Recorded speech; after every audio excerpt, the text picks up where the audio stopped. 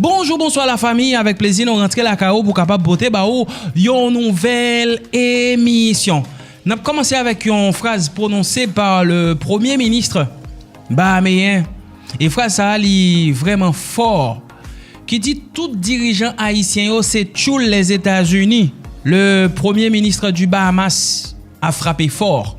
Il dit les États haïtiens sont les seuls que vous puissiez traiter comme vos esclaves. Car c'est seulement en Haïti que l'on trouve une bande de dirigeants sans aucune dimension. Les dirigeants haïtiens ont la volonté d'être vos esclaves. Mais le Bahamas est totalement différent. Nous sommes noirs, certes, mais nous avons la dignité. Je songe gagné un ancien président de la République dans une interview qui datait depuis des années, à l'époque où il était soit président ou je ne sais pas, politicien. Et c'est Leslie François Maniga qui dit nos dirigeants haïtiens, la caillou gagné volonté d'être esclaves. Par exemple, quand on a un problème et puis il y a un dirigeant étranger qui vient là, il dit ben ça passe et puis c'est nous-mêmes qui attendons solution yo. C'est comme si ou gon problème moun nan vini et puis moun nan li dou mais so gen ou dia c'est pour fond bagay pour moi là ou même moi pas kon ça me gen. Donc ça veut dire la volonté d'être esclave li la la kay nou. En tout cas frère ça m'ta mais chaque nèg qui dans conseil de transition conseil présidentiel de transition yo tandel. OK, chaque nèg qui dans pays là qui tous ces bandits qui tous ces politiciens phrase ça li rive dans pensée ou li rive dans l'esprit ou pour le toucher pour dire bon monsieur il est temps pour me fond bagay parce que si moi fais une carrière me fin faire l'argent et puis ben je ne jodi à la fois me faire passe parce que ça qui arrive nous même qui là nous même qui dans sommet l'état nous pas capable garder blanc danger mais retirer kon nous kounya les nous retirer kon nous n'a fait place ak moun qui ka garder blanc danger n'a fait place ak moun qui pas gen visa qui pas fistré les blancs dit la couper visa. Est-ce que nous comprenons?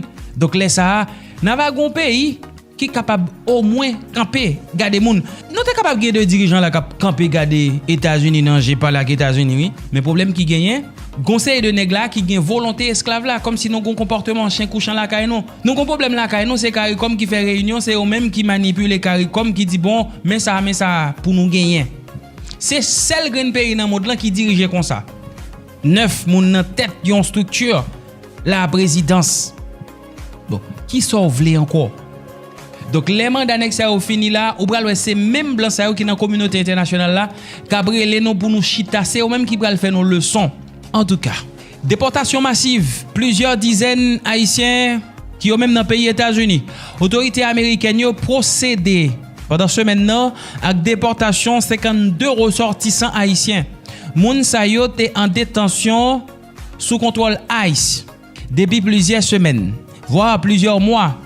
Opération ça inscrit dans le cadre d'une politique migratoire plus stricte qui mettait en place par le gouvernement américain pour contrôler quantité moun qui en situation irrégulière. Selon information qui disponible, haïtiens qui rapatrié yo ta jeune arrestation yo après au fin franchi illégalement frontière là ou peut-être yo dépassé durée séjour qui autorisé. Plusieurs nan yo fait connaît yo quitté insécurité, misère, persécution dans pays origine yo. Toutefois, malgré demande asile, autorités américaines yo voye jeter majorité dossier yo. Pendant yo jugé que yo pas rempli critères nécessaires pour capable joindre une protection internationale. Vague déportation si la a soulevé en pile inquiétude parmi organisations qui défendent droit moun. Yo dénoncé renvoi individu si la yo dans un pays qui a fait face à une crise humanitaire, politique et sécuritaire. Yo demandé aux autorités américaines pour faire preuve humanité, dépassement de soi et pour prendre en compte situation chaotique qui gagnait dans le pays d'Haïti avant yo procéder à expulsion ça yo.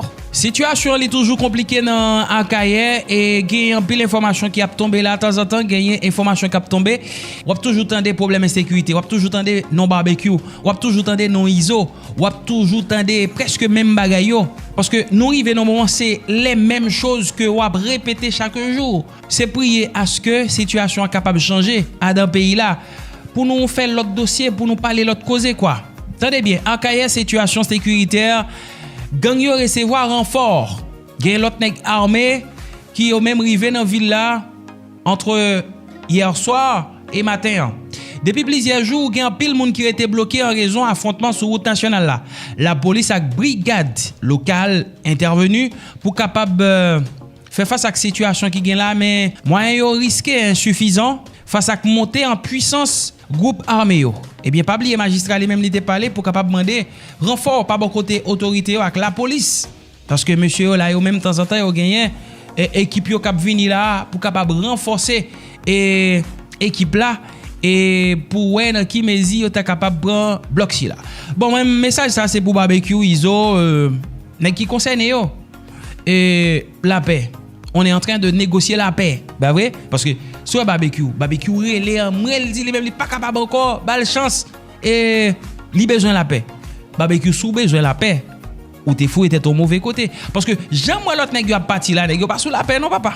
Nèg yo pas sous la paix. Ou gen la demander la paix et puis l'autre nèg yo même y a poté bourré parce que pas oublier c'est deux structures divergentes qui n'en vivent ensemble.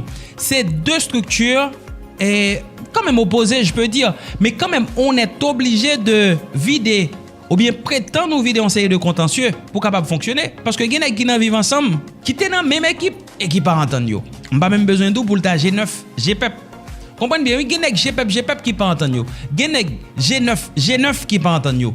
Voir pour ta fin on entente totale G9 GPEP. C'est vrai nous avons en position commune, aucun n'a avancé là-dedans. J'ai l'impression sauter pour contour ou t'as peut-être joindre la paix déjà. Si c'était celle gang qui était dans le pays d'Haïti, c'était ou même qui était dans tête un groupe de gang qui t'a pas problème dans le pays barbecue. Garantie ou t'as peut-être joindre la paix ou t'as joindre ça pour te joindre mais pas diable. Ou dans une équipe même les gon position commune sont en question mais chaque monde a intérêt pas au bord, il y a défendre. Et c'est ça qui a passé pourquoi il est là. Ouais, malgré nèg yo cabaret, yo font fixation pour Akaye. Est-ce que nous comprenons? Malgré nous demander pour on série de nèg retirer koyo, mais bataille continue à faire pour prendre soit Las Caobas ou bien Rosso Plaza. C'est ça pour comprendre oui.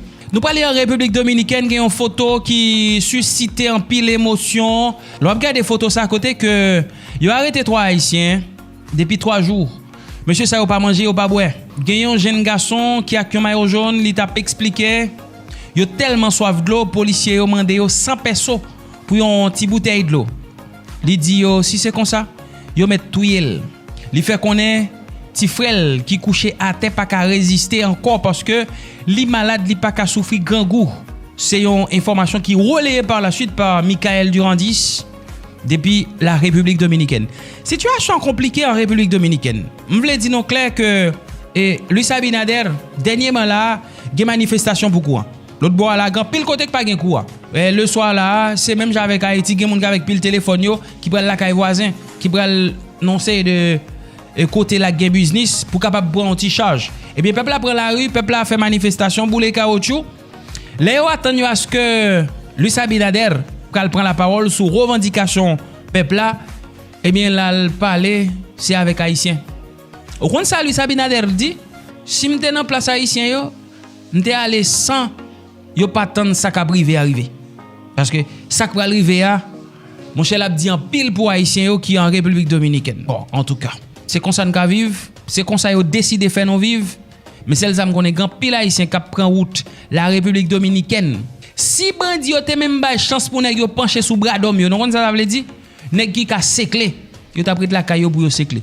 Mais qui t'aime dit non dans toute petite section communale c'est bandi. Bandi qui volé bête, bandi qui volé banane, qui prend affaire moun yo. Donc quel que soit ça ou gen là, pas pour c'est ça qu'il faut conseiller de nèg là qui yo même a quitté la caillou pour aller Saint-Domingue malgré situation qui gen là, nèg a prend route là pour aller. Comme là entre 8 à 12 000 $. Actuellement là, en pile côté, nèg a sorti pour aller Saint-Domingue. Comme là presque arrivé dans prix ça parce que m'gonzan même qui pour aller en République dominicaine, me dit ah pourquoi aller toujours il dit comme là manqué, c'est 8 000 $. Est-ce que nous comprenons? Malgré ça qui a passé là, m'pa pas menti. M'ta plutôt manger patate en barrage. M'pa braler même, m'pa braler. Bref, on nous fait traverser dans page internationale là pour nous parler de drone russe qui tombé dans le pays Pologne. Il y a un ambassadeur Pologne là qui était sous France 24 qui dit la réponse va être très ferme. Tête chargée, nèg cherchons là. La Pologne qui épaulée par OTAN parce qu'il y a pile matériel OTAN c'est la caille la Pologne. Yoye, intercepté dans la nuit mardi pour l'ouvrir mercredi, drone qui tombait sous territoire li. C'est une nouvelle escalade dans le conflit entre la Russie et Occidentaux sous fond de guerre en Ukraine. Dans le cas d'attaque la nuit si là, mais n'est pas ou bien contre territoire ukrainien, pas de aucune intention pour attaquer Sibio sous sol polonais. D'après ministre défense là dans Varsovie, ensemble avec alliés qui accusé Moscou peut-être délibérément voyer appareil dans l'espace aérien la Pologne. Jan Emmerich Rossizewski, lui-même qui c'est ambassadeur polonais dans le pays la France, t'es invité France 24. On a écouté qui ça le dit. C'est une action qui était entretenue en commun contre justement cette violation de l'air et d'espace de l'OTAN. Parce qu'il ne faut pas oublier que ce n'est pas uniquement la frontière de la Pologne, mais c'est la frontière de l'Europe, c'est la frontière de notre alliance de l'OTAN. On va revenir sur cette réaction de l'OTAN. La Russie a-t-elle visé délibérément la Pologne ? Je pense que tout simplement, il essaye de tester. Il essaye de tester notre système de la protection aérienne. Il essaye peut-être... c'est très difficile d'être aujourd'hui un exégète de la pensée militaire ou impériale russe. Mais en tout cas, les Russes, ils adorent de tester. Donc, il essaye... Donc, il teste en essayant... quoi. C'est une provocation, comme on peut dire, les alliés. Il souhaite savoir tout simplement quelle peut être la réponse, pas uniquement de la Pologne, mais de l'OTAN. Cette réponse était extrêmement ferme. C'est terminé avec un succès. Les alliés, ils ont réagi parfaitement bien, plus toutes les déclarations, y compris la déclaration du président de la République française, était absolument parfaite.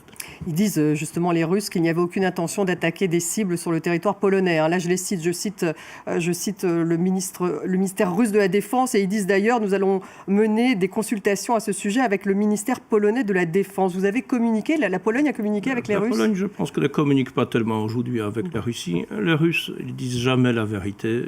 Ils sont le maître des mensonges. Donc ils peuvent dire, ils peuvent interpréter tout ce qu'ils préfèrent, tout ce qu'ils veulent, mais il ne faut pas traiter ça très sérieusement. Tout simplement, je pense qu'ils essayent de provoquer la Pologne, de provoquer l'OTAN, et ils veulent bien savoir quelle peut être la réponse. Et donc là, ils ont eu cette réponse. Est-ce qu'on a passé un cap tout de même, monsieur l'ambassadeur, dans ce que représente cette menace russe aujourd'hui avec ces 19 drones ? Je pense que ces 19 drones, ils pouvaient représenter une menace importante, mais je pense que la protection aérienne de l'OTAN, y compris la protection aérienne... Il aurait pu y avoir des victimes, par exemple, bien évidemment, en Pologne. Parce que un des drones est tombé, une partie des drones en fait, est tombée sur une maison aux confins est de la Pologne. Heureusement, il n'y avait pas de victimes, mais bien évidemment, les victimes peuvent arriver. Donc, vous savez, il faut aujourd'hui protéger la frontière. Ce que j'aimerais bien répéter, ce n'est pas uniquement la frontière polonaise, c'est la frontière de l'Europe, et c'est la frontière de l'OTAN. Donc pour la première fois, les forces conjointes de l'OTAN, ils ont préparé telle réponse qui était, il faut souligner, la réponse extrêmement efficace. On va revenir d'ailleurs sur la réaction de Mark Rutte, le secrétaire général de l'OTAN. Juste avant, encore une question, vous parliez de frontières. Vous avez la Pologne a fermé les frontières avec la Biélorussie. C'était hier, me semble-t-il. On n'a pas encore fermé, mais on va fermer le 12. Et on reste extrêmement ferme sur la fermeture de la frontière. Pourquoi ? Parce que, d'abord, la plupart des drones, si je crois bien, sont venus de la part de la Biélorussie. Donc, ils ont traversé la frontière polonaise de l'espace biélorusse. Et il ne faut pas oublier que depuis 2 ans, la Biélorussie menace la frontière polonaise en envoyant de différents types de migrants qu'il importe, entre guillemets, de Syrie, du Moyen-Orient, de l'Afrique. Il organise de voyages organisés, que les gens viennent en avion à Minsk, et après, ils sont, en certaine façon, exportés à la frontière polonaise. Donc, ils menacent la frontière. Et par jour, on a plusieurs centaines d'attaques. Aujourd'hui, la frontière, ce que je dis, la frontière européenne est bien gardée par notre garde frontière, mais aussi par l'armée polonaise. Et les menaces sont faites sur la base journalière. Et c'est une instrumentalisation, en fait, de la problématique des migrants par la Russie, là ? Exactement. Il essaye de nous envoyer, de nous attaquer, et de créer une situation complètement extrêmement instable sur notre frontière européenne de l'Est.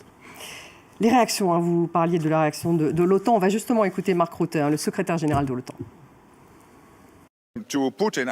À Poutine, mon message est clair. Arrêtez la guerre en Ukraine, arrêtez l'escalade militaire qui touche désormais essentiellement des civils innocents et des infrastructures civiles.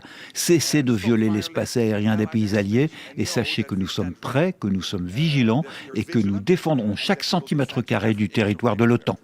Monsieur l'ambassadeur, alors, que pensez-vous d'abord de ce qu'a dit Mark Rutte? Donc là, ce sont des chasseurs, hein, de l'OTAN qui ont été envoyés de la Pologne pour intercepter ces drones. C'est comme ça que ça s'est passé? Exactement. C'était de F-16, F-35, plus d'autres types d'avions qui aidaient les forces aériennes pour abattre le drone russe.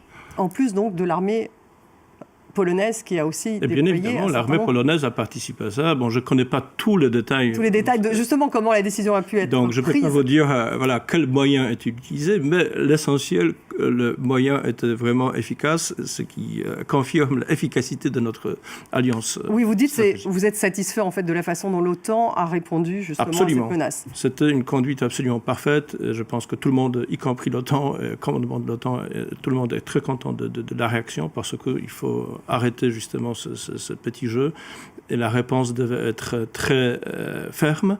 Et je pense que aussi la réponse politique doit être très ferme parce que vous voyez ce qui se passe avec des actifs russes par exemple.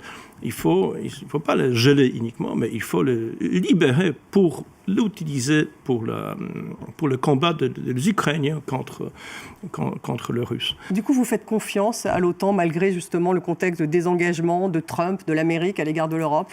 Vous savez, on n'a pas d'autre type d'alliance. Jusqu'à aujourd'hui, l'OTAN marchait bien, donc était absolument prévisible.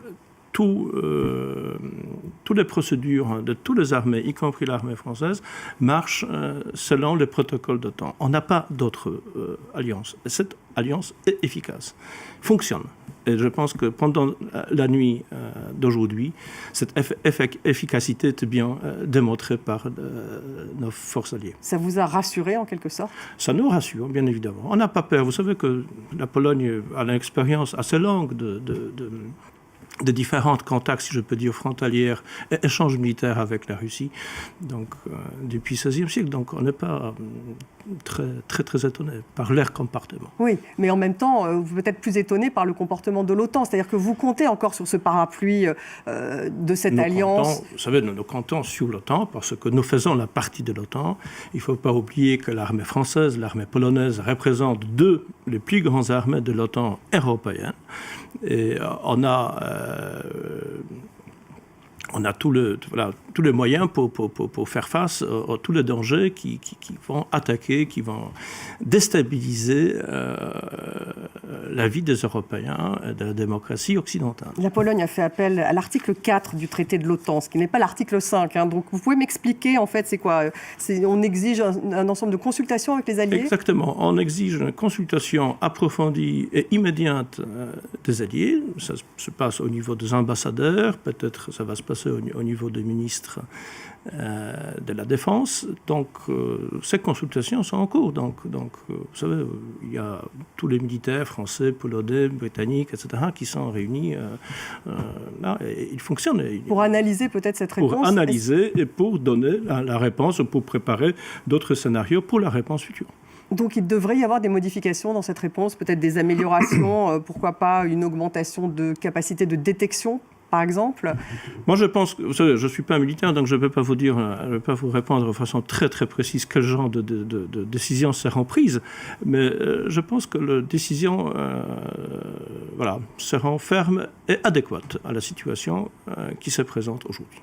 L'idée d'une défense européenne, comment la voyez-vous? Elle vous semble crédible? On parle beaucoup donc de ce triangle de Weimar qui est un peu ressorti, donc c'est-à-dire la France, l'Allemagne et la Pologne, qui redevient un petit peu... Vous pensez que ce triangle de Weimar a un rôle politique à jouer en Europe aujourd'hui? Sûrement, le triangle de Weimar a un rôle politique, mais c'est surtout l'alliance de l'OTAN qui a un rôle à jouer dans le contexte militaire.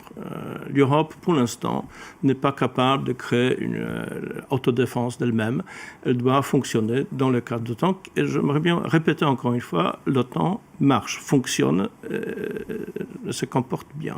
Oui, mais l'OTAN dépend des États-Unis, monsieur l'ambassadeur. Et lorsqu'on voit l'attitude de Donald Trump, qui se désengage, qui pourrait même lâcher l'Europe, est-ce que le fait d'être encore obligé d'avoir ce parapluie américain, ça ne vous gêne pas? Vous savez, je ne suis pas ici pour faire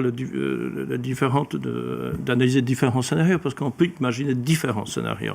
Quand dans chaque vie, on peut avoir différents scénarios. Mais pour l'instant, les États-Unis restent à l'OTAN. C'est un membre absolument fiable, c'est le fondament de l'OTAN et le membre absolument fondamental pour tenir cette alliance. Et pour l'instant, personne, y compris les Américains, croyez-moi, n'imagine pas de sortir de l'OTAN. Donc, soyons assurés que nous fonctionnons dans la bonne compagnie. En tout cas, c'était une bonne surprise, ce qui s'est passé dans cette réaction. C'est ce que vous dites. Bon, la réaction, j'en parle de Donald Trump sur ce qui s'est passé sur son réseau Truth Social. Lui, il dit en anglais, pourquoi est-ce que la Russie viole l'espace polonais, je le cite, avec des drones, qu'est-ce que c'est que cette affaire, quoi, grosso modo. Mais c'est à peu près tout ce qu'il dit. Donc je sais qu'il doit, il me semble, parler avec votre président, me semble-t-il. On n'a pas encore d'entretien. Je ne vais pas vous dire oui ou non, mais je pense que ce genre de consultations sont absolument régulières et ce ne sera pas étonnant que ce soir, les deux chefs d'État auront des consultations individuelles. Et qu'est-ce que vous attendez en fait d'un tel échange aujourd'hui? On attend tout simplement que l'OTAN réalise ce devoir, c'est tout. Je pense que c'est pourquoi nous sommes rentrés à l'OTAN. Et nous avons créé l'OTAN comme un pacte, justement pour que le pacte de l'OTAN puisse réaliser correctement ce devoir. Et aujourd'hui, on a vu l'action, les Américains, les Néerlandais, les Italiens, les Polonais, ils ont bien répondu. Le commandement américain a fonctionné. Zelensky demande, Volodymyr Zelensky, un système commun de défense, lui, anti-aérienne, pour se défendre contre les drones russes. Qu'en pensez-vous? Moi, je pense que, vous savez, que les Ukrainiens, ils ont une expérience au niveau des drones extrêmement développée. Aujourd'hui, les Ukrainiens produisent 4 millions de drones par an. 4 millions de drones. C'est la plus grande force de drones, probablement, dans le monde. Donc, automatiquement, ils ont une expérience qui est absolument rare et unique. Je pense que l'OTAN, que la Pologne, différents pays peuvent s'inspirer de l'expérience ukrainienne qui est extrêmement chère et nos frères ukrainiens sont capables de partager cette expérience avec nous. Donc, on doit les remercier, vous savez. Oui, j'imagine, mais lui, il parle d'un système commun de défense antiaérienne pour se défendre. Donc là, c'est une implication. Je pense qu'on est encore loin d'avoir un système commun, mais je pense que l'expérience qu'on peut l'avoir justement suite à cette guerre qui est absolument tragique pour la population ukrainienne, on peut avoir une expérience absolument rare et extrêmement utile pour le pacte de l'OTAN et pour toutes les démocraties occidentales. Vous pensez que Poutine veut envahir la Pologne? Je pense que Poutine souhaite déstabiliser et détruire notre civilisation occidentale. De quelle manière? Donc en attaquant aussi, c'est-à-dire après l'Ukraine, la Pologne, après l'Ukraine, en manière totale, tout simplement. Vous savez, il ne faut pas avoir la défilade de chars russes sur les Champs-Élysées pour détruire le système intérieur de la France, de l'Allemagne ou de la Pologne. Vous savez, il y a différentes d'autres méthodes pour détruire les pays démocratiques. Et justement, ce qu'ils souhaitent, parce que ces gens-là, vous savez, M. Poutine, c'est un ancien officier de KGB, de FSB, etc. Et vous savez que cette formation reconnaît uniquement 2 catégories de gens. La première catégorie, ce sont des ennemis. Et la deuxième catégorie, ce sont des agents. Il n'y a pas la troisième catégorie. Donc si nous comprenons uniquement cette règle de façon simple, on pourra avoir des réponses pour d'autres questions. Un mot sur l'engagement justement des Américains à l'égard de l'Ukraine. Est-ce que vous pensez que Trump devrait être beaucoup plus explicite en faveur de la livraison d'armes à l'Ukraine? Je pense que la position de la Pologne, la position de l'OTAN, la position de la France est telle qu'il faut maximaliser la livraison d'armes à l'Ukraine, d'un côté, et il faut faire absolument tout pour affaiblir l'économie russe. Donc ça veut dire plus de sanctions, là vous aussi. Savez, la guerre froide s'est terminée en 89, surtout par l'affaiblissement de l'économie russe. Et même jusqu'au dernier moment, le PIB soviétique montait. C'était 2 ou 3%. Mais qu'est-ce que ça veut dire, cette économie, au moment qu'on va leur ajouter de cette économie? Donc vous pensez, vous, que brûle sur le champ de l'Ukraine? Les sanctions européennes fonctionnent en Russie. Il en faudrait davantage? Je pense que les sanctions européennes fonctionnent bien, mais ne sont pas suffisantes. Je pense qu'il faut arrêter l'importation du pétrole, du gaz, de différents métaux rares de la Russie, ce qui est malheureusement le cas de certains pays. Et il faut qu'on reste absolument ferme là-dessus. Et il faut être extrêmement exigeant parce que soyons sûrs qu'aujourd'hui, nous menons la bataille, même en n'étant pas en guerre formellement, pour notre futur, pour nos enfants, pour nos petits-enfants. Aujourd'hui, dépendamment de la réaction que nous sommes en train d'entreprendre, les résultats de nos réactions seront visibles dans 2 ans, dans 10 ans, dans 20 ans. Donc soyons fermes. Renforçons les sanctions. Et les États-Unis aussi. Est-ce que Absolument, vous voulez convaincre Donald Trump? Je sais que votre président est quand vous voyez même des réactions pour sanctionner la Russie, ce n'est pas le cas pour l'instant. Quand vous voyez la réaction de différents membres de députés américains, sénateurs, même des côtés républicains, aujourd'hui, ils sont extrêmement exigeants, tout ce qui concerne le président Trump. Ils disent, alors, on arrête cette connerie et on avance. À la une, dans tout journal dans le pays États-Unis, c'est assassinat de Charlie Kirk, qui c'est un martyr. La vérité pour Donald Trump. Écoutez bien, dirigeants étrangers ont tout dénoncé jeudi à assassinat par balle la veille. Un militant conservateur américain, Charlie Kirk, fidèle allié président Trump, pendant ils ont dénoncé un acte politique. Faut que nous disions qu'il y a une pile réaction, assassinat ça a traîné derrière lui, malgré position li gagnant par rapport à la politique américaine. Et nous sommes capables de dire que ce n'est pas une évidence pour genre de action ça a répété dans le pays États-Unis. Mais pas oublier, dans le pays, le taux de criminalité a vraiment élevé. Il y a un monde qui a fait une conférence proche du président dans un campus universitaire et puis bah yon bal beaucoup, li rend sang, mène l'hôpital, li mouri. C'est un citoyen qui a 31 l'année. Alors, Charlie Kirk, lui-même c'est un monde qui participer dans mettre Trump président, c'est un pilier, un vecteur dans monde qui permettent accession Donald Trump dans Maison Blanche. Parce que c'est un jeune leader, 31 l'année, on est qui gagne pile fougue, présent sur réseau, 7 millions d'abonnés sur Instagram, plusieurs millions sur TikTok. D'ailleurs, si TikTok retourne dans le pays États-Unis, c'est grâce à ce citoyen ici là parce que dans les couloirs de la Maison Blanche, information fait quoi que c'est citoyen ça qui t'a insisté auprès de Donald Trump pour être capable de permettre TikTok rétabli dans le pays États-Unis. En pile haïtien qui dans le pays États-Unis qui sous TikTok qui a fait eh bien dites tout que citoyen ça qui mouria, il t'a joué en pile dans négociation pour être capable de permettre TikTok rester dans le pays États-Unis. Charlie Kirk.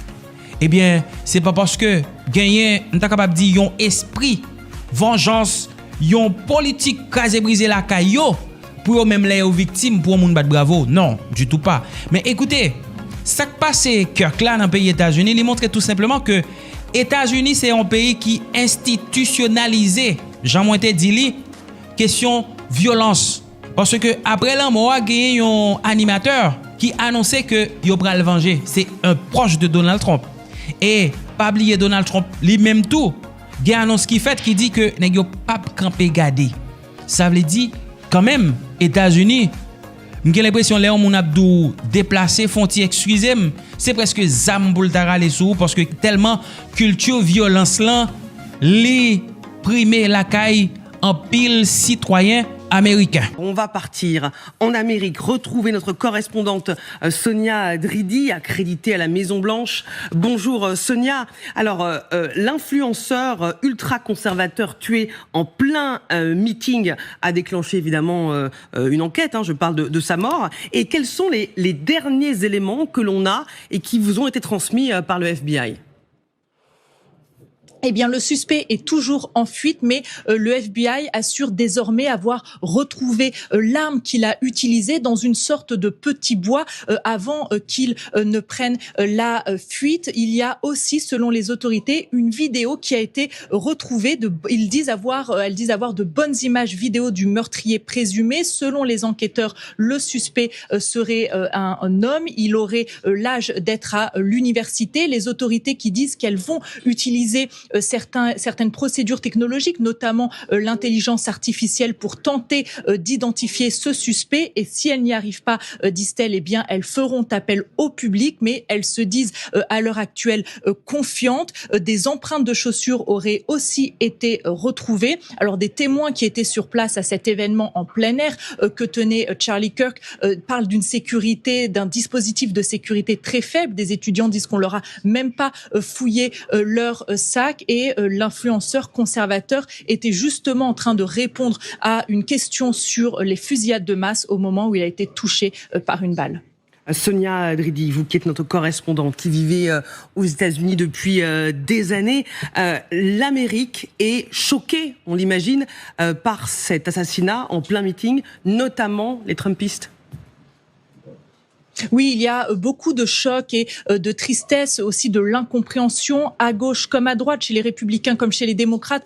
On dénonce cette violence politique qui s'est répandue dans la société américaine. Il y a le speaker, le chef des républicains au Congrès, qui a dénoncé hier cette violence politique, mais aussi Gavin Newsom, le gouverneur de Californie, célèbre opposant à Donald Trump, qui avait récemment invité Charlie Kirk sur son podcast. Il y a aussi beaucoup de tristesse chez ces jeunes conservateurs qui avaient l'impression de connaître Charlie Kirk. Ils allaient souvent le voir lors de ses déplacements. Ils écoutaient aussi ses émissions qui étaient suivies par des millions de jeunes sur les réseaux sociaux. Il y a aussi beaucoup de pasteurs ces dernières heures qui s'expriment parce que Kirk était un chrétien conservateur, et les évangéliques notamment sont en deuil. Beaucoup parlent d'un martyr. Aujourd'hui, d'ailleurs, Donald Trump, dans son message vidéo hier diffusé depuis le bureau ovale, a dit que Charlie Kirk était un martyr de la vérité et de la liberté. Et aujourd'hui, on sent beaucoup de colère chez certains ultra-conservateurs qui appellent même à la vengeance. Merci beaucoup Sonia Dridi, notre correspondante aux États-Unis, en direct de la Maison-Blanche pour ces remontées de terrain.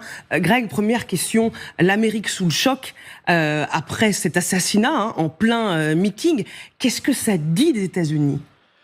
Ça dit qu'on est dans un pays où il y a plus de 400 millions d'armes à feu en circulation, et dans un pays qui, est-il utile de le rappeler, a connu la violence politique quasiment depuis toujours. Enfin, JFK, Robert Kennedy, 2 tentatives d'attentat contre Donald Trump lors de la dernière campagne. Donc on est dans un pays où la violence fait quasiment partie du paysage politique. Mais c'est vrai que ces dernières années, elle s'est accrue. Je crois que Sonia a raison, le choc et je pense que de ce côté-ci de l'Atlantique, on le mesure à peine, il est immense. Il est du bureau ovale, enfin vous avez vu les déclarations de Trump, la médaille de la liberté qui va lui être accordée à titre posthume. Ça correspond à quoi ? Parce que c'est la plus haute distinction pour un civil. C'est comme une Légion d'honneur ? C'est quasiment plus que ça, parce que la Légion d'honneur, on en distribue un certain nombre par an. Là, vraiment, je n'ai pas le chiffre exact en tête, mais c'est très rare. Et pour les civils, vous n'avez pas de plus haute distinction. Donc l'émotion, elle est très forte dans le bureau ovale, dans toute cette sphère MAGA, Make America Great Again, ultra-conservatrice, qui suivait Charlie Kirk dans ses podcasts, dans ses interventions, dans ses conférences, sur ses réseaux sociaux, avec des millions de followers. Mais l'émotion, elle est aussi à gauche, côté démocrate. Enfin, évidemment, tout le monde condamne la violence, quoi qu'on pense des idées de Kirk. Parce que oui, c'était un ultra-conservateur, oui, il était farouchement anti-avortement, oui, il était pour la circulation, la libre circulation des armes à feu, oui, il avait des propos parfois complotistes sur le Covid, etc. Ce qui, entre parenthèses, a attiré beaucoup de jeunes gens. Et dans la foulée de Kirk, beaucoup de jeunes hommes, notamment, ont voté pour Trump lors de la dernière élection. Donc oui, c'était un personnage extrêmement clivant. Il a d'ailleurs quasiment construit sa carrière médiatique là-dessus. Mais tout le monde aux États-Unis est sous le choc, un choc absolu de voir que, encore une fois, la violence entre dans le champ politique. Bien sûr, parce que même si ces idées étaient radicales et parfois hautement contestables, rien ne justifie qu'on ôte la vie à un homme. Sylvia, justement, parce que Charlie Kirk est peu connu en France, de ce côté de l'Atlantique, comme vous disiez, Greg. Dites-nous, qui était ce très proche du président américain? Alors c'était la voix de la jeunesse trumpiste. Il était lui-même très jeune, 31 ans. Il avait monté un mouvement de jeunesse qui s'appelle Turning Point USA, et qui est devenu en 10 ans le plus gros groupe de jeunes conservateurs aux États-Unis. Certains d'entre eux s'étaient d'ailleurs déplacés à Washington, par exemple le 6 janvier 2021, lorsque le Capitole avait été envahi. Très éloquent, il était à la tête de ce podcast, l'un des podcasts les plus écoutés aux États-Unis, où il avait contribué à étoffer l'idée de l'élection soi-disant volée de 2020, ou encore d'autres désinformations sur le Covid. On va avoir une idée de son influence. Regardez quelques chiffres, Marie-Aline. Il avait 6,9 millions d'abonnés sur Instagram, 3,8 millions d'abonnés sur YouTube. Et cette influence, il l'avait mis au service de Donald Trump. Il a d'ailleurs toujours été dans son giron. Il l'avait aidé lors de sa campagne. Il avait mis en place du porte-à-porte dans les États clés. Vous savez, ces États qu'il est indispensable de gagner pour devenir président des États-Unis. Et Donald Trump les a tous remportés. Il avait aussi contribué à lever des fonds très importants pour lui. Alors, il s'exprimait régulièrement sur les campus. Il invitait les étudiants à débattre avec lui. Il était nationaliste chrétien. Il parlait à la jeunesse pour défendre des valeurs très conservatrices. Je propose d'écouter un petit extrait. La bataille spirituelle arrive en Occident et les ennemis sont le wokisme ou le marxisme associé à l'islamisme. Je ne veux pas que mes enfants apprennent à l'école toutes ces absurdités sur les lesbiennes, les gays et les transgenres. Je veux aussi qu'il n'ait pas à entendre l'appel à la prière musulmane 5 fois par jour. C'est important. Voilà, vous parlez d'une position très radicale. Ouais. Exemple, avec cet extrait de Charlie Kirk, alors qu'il défendait effectivement une conception ultra traditionnelle de la famille. Il était contre l'avortement, qu'il qualifiait d'holocauste de notre époque, anti-immigration. Il disait que l'administration Biden avait créé l'équivalent d'Expedia pour les migrants clandestins, et il était évidemment pour le port d'armes à feu. Merci pour ce portrait de Charlie Kirk, très proche de Donald Trump, avec des idées extrêmement clivantes, radicales. Marc Semo. Oui, et c'est là qu'on voit que, effectivement, cette droite radicale, aujourd'hui, à la fois tient le haut du pavé dans le discours public, il y a une véritable contre-révolution culturelle qui est en œuvre, et à la fois, elle est aussi visée, justement, par des tentatives d'assassinat, parce que ça avait été le cas déjà de Donald Trump lui-même, ça s'est joué quand même à 1 centimètre. Maintenant, Charlie Kirk. Donc, c'est ce qui est quand même très impressionnant, même s'il y a effectivement une très forte tradition de violence politique aux États-Unis. On parlait tout à l'heure, les Kennedy, l'attentat, les 2 attentats contre Trump, etc. Reagan, qui a été aussi une victime de l'attentat. Il y a quand même l'impression qu'aujourd'hui, il y a une espèce de guerre civile dans les têtes aux États-Unis. De guerre civile dans les têtes, vous dites ? Oui. C'est-à-dire 2 sociétés qui sont toujours plus polarisées, qui ont toujours moins de communication l'une avec l'autre, qui ne sont même plus d'accord au niveau des faits. On est dans les vérités alternatives. Et ça, c'est extrêmement préoccupant. Parce qu'il est évident, et c'est heureux de voir que toute la gauche, que tous les démocrates, y compris les plus radicaux, s'indignent et condamnent cet assassinat, ce qui est le minimum. Mais c'est vrai qu'il y a quand même un climat des 2 côtés qui est terrifiant. Quand Donald Trump envoie la garde nationale à Chicago, en Californie, à Washington, en disant, voilà, il y a des émeutes dans la rue, des violences dans les rues, il n'y en a pas. Il y a cette espèce de militarisation de la société avec, de l'autre côté, alors on verra qui est l'assassin, quelles étaient ses motivations, mais le fait de cibler Charlie Kirk n'est pas non plus significatif. On voit qu'il y a vraiment cette guerre civile déjà dans les têtes. Sébastien Abyss. Oui, oui, parce que en fait, on voit bien qu'il y a une énorme émotion sur ce qui vient de se passer, parce que Charlie Kirk, il était à la fois le produit de cette époque des réseaux sociaux, c'est-à-dire qu'en 10-15 ans, il a utilisé la montée en puissance de ces plateformes pour faire cette communication, ces débats qu'il suscitait au début, avec un groupe d'étudiants, avec un concept qui n'est pas antidémocratique, c'est-à-dire prouvez-moi que j'ai tort, des débats contradictoires, sauf que très vite ça a glissé parce que dans le contexte général, il y a eu cette trumpisation des états d'esprit et le fait qu'en fait, on n'écoute plus ceux qui sont pas d'accord avec soi-même. On polarise ce que les réseaux sociaux génèrent, etc. Et donc lui-même a glissé vers ce trumpisme dans l'état d'esprit d'une société américaine de plus en plus écartée, où la vérité n'est pas le sujet, où le sujet, quand les populismes s'installent, c'est de toujours expliquer que quand il y a un problème, c'est de la faute de l'autre. Oui. C'est pas de chercher une solution pour tout le monde. Et donc on voit bien que cette glissade aux États-Unis, dont lui-même a visiblement contribué quand on entend les extraits de ses prises de parole. Je voyais qu'il avait publié une liste noire d'enseignants, de chercheurs dans les universités américaines qui étaient trop wokistes, trop progressistes, trop pro-climat, et qu'il a publié cette liste en invitant un peu tout le monde à boycotter les cours, voire même à contester la solidité de leur enseignement, voire même peut-être aller plus loin pour les empêcher d'aller sur les campus. Il désignait des cibles.